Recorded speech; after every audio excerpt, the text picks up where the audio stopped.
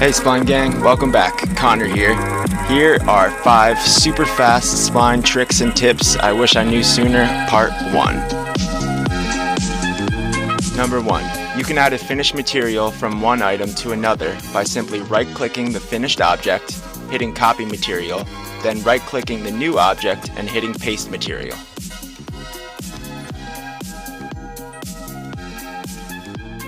Number 2.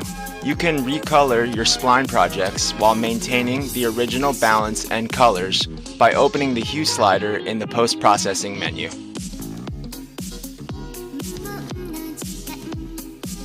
Number 3. Want to save a camera angle but still move around while editing?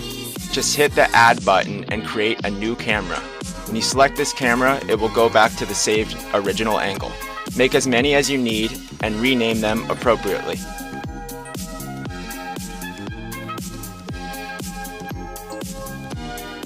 Number 4. Did you know that Spline has added a whole materials library to the program?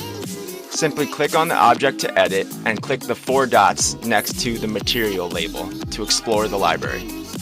All sorts of different surfaces, colors, styles, and finishes are available, and each one is fully customizable by hitting the unlink icon on the right of the material. Use them as a finished material or a jumping off point. They have simple finishes like metallics and wild ones like these rainbow, earth-themed, and even ice and lava textures. This is a great way to learn how to use materials and how to stack them together.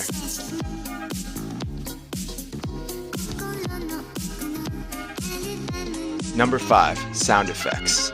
You can add sound effects to objects under the Events menu in your Spline projects.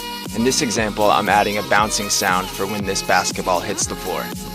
Change the event type from start to collision. Upload your own sound or use the Spline sound effects library. Set the width option up top to anything. Boost the volume a bit and make sure physics is on for gravity.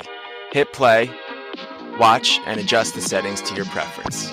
I've even added a swoosh sound to the net for when the ball goes through the hoop. This is a great tool for game building in Spline. Please like and subscribe for more Spline content. Drop a comment below with your favorite tricks and tips that I should include next time, and be on the lookout for part 2, where I'll be showing you how to access a huge searchable library of free models, like these cars for your future projects, and much more. See you next time.